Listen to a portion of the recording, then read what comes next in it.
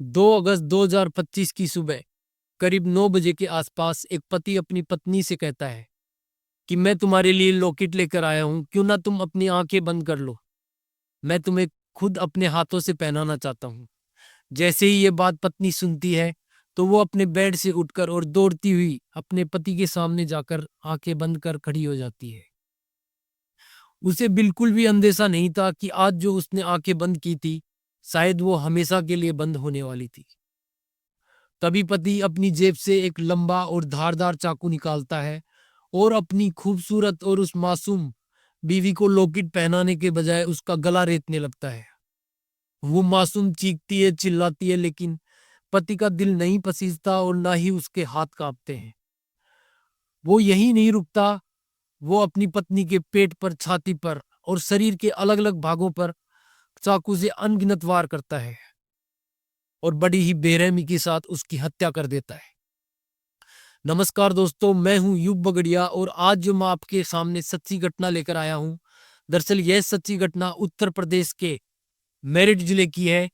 मेरठ जिले के अंदर ही एक इलाका लगता है भावनपुर, जहां पर एक 28 वर्षीय युवक रहता है जिसका नाम रविशंकर होता है। इसी इलाके के पास एक दूसरा इलाका है गंगानगर, जो कि मेरठ में ही पड़ता है, जहां पर रविशंकर की पत्नी सपना अपनी दीदी और जीजा के साथ रहती है। दरअसल सपना के लिए बताया जाता है कि जब वो 7 साल की थी तभी उसके माता पिता उसे छोड़कर चले गए, या कहो कि कहीं गुमशुदा हो गए। उसके बाद सपना बिल्कुल अकेली पड़ जाती है।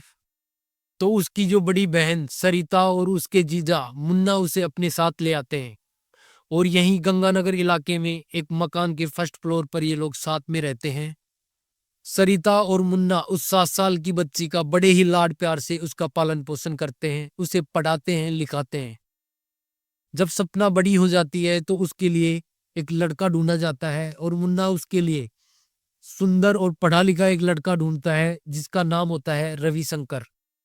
दरअसल रविशंकर एक जनरल स्टोर चलाया करता है और जनवरी 2025 के अंदर रविशंकर और सपना की शादी करवा दी जाती है। शादी के कुछ ही दिन बाद सपना प्रेग्नेंट हो जाती है और पति पत्नी दोनों अपनी लाइफ में काफी खुश रहते हैं। 26 जुलाई को सपना तीज के त्योहार पर अपनी दीदी के घर आती है, तीज के त्योहार के चलते। और दरअसल फिलहाल वो यहीं पर रह रही थी कि 2 अगस्त की सुबह 7 बजे रविशंकर मुन्ना को फोन करते हैं और कहते हैं कि आज मुझे बड़ा ही डरावना सपना आया था, मुझे सपना की याद आ रही है, मैं उससे मिलना चाहता हूँ। तभी मुन्ना कहता है कि वो घर पर ही है, मैं तो किसी काम से फिलहाल बाहर आया हुआ था। रविशंकर कहता है कि आप घर पर कब तक लौटोगे, मैं आपसे भी मिल लेता। तभी मुन्ना कहता है कि मैं घर पर लेट पहुंचूंगा क्योंकि मैं किसी जरूरी काम की वजह से बाहर आया हुआ हूं। उसके तुरंत बाद रविशंकर अपनी पत्नी सपना को कॉल लगाता है और उससे कहता है कि उससे भी वही बात कहता है कि आज मुझे बड़ा ही डरावना सपना आया था, मैं तुमसे मिलना चाहता हूं, तुम्हारी याद आ रही है। तभी सपना कहती है क्यों नहीं आ जाते तुम, मुझे भी तुम्हारी याद आ रही है। रविशंकर कहता है कि तुम्हारे जीजा और बच्चे ये सब कहाँ हैं, मैं उनसे भी मिल लेता। तभी सपना कहती है कि जीजा जी तो किसी काम से बाहर गए हुए हैं और जो बच्चे हैं आप आओगे जब तक वो स्कूल चले जाएंगे, आप तो मुझसे ही मिल लेना क्योंकि मुझे आपकी याद आ रही है, आप आ जाओ। सुबह के करीब 9 बजे थे कि रविशंकर सपना से मिलने मुन्ना व सरिता के घर पहुंच जाता है। जैसे ही वो घर पर पहुंचता है तो सीधा फर्स्ट फ्लोर पे जाता है और देखता है कि वहां पर सपना के अलावा कोई भी नहीं है और सपना बेड पे लेटी हुई है। दरअसल जो सपना की बड़ी बहन सरिता थी वो रोज में गई हुई थी।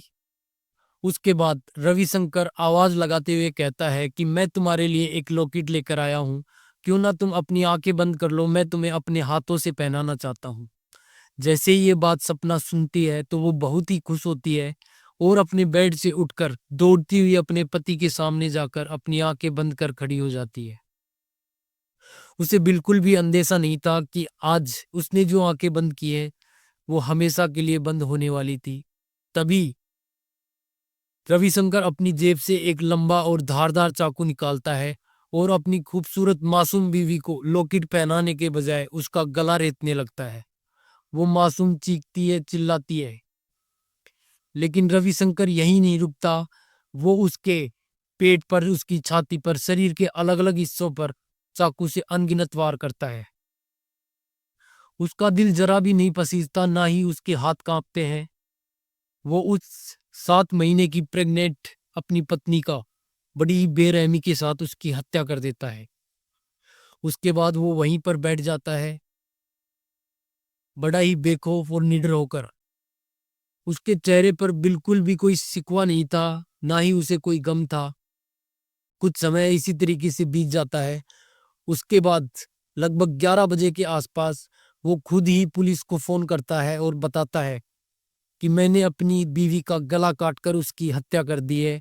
आप यहाँ आकर उसकी डेड बॉडी को ले जाइए।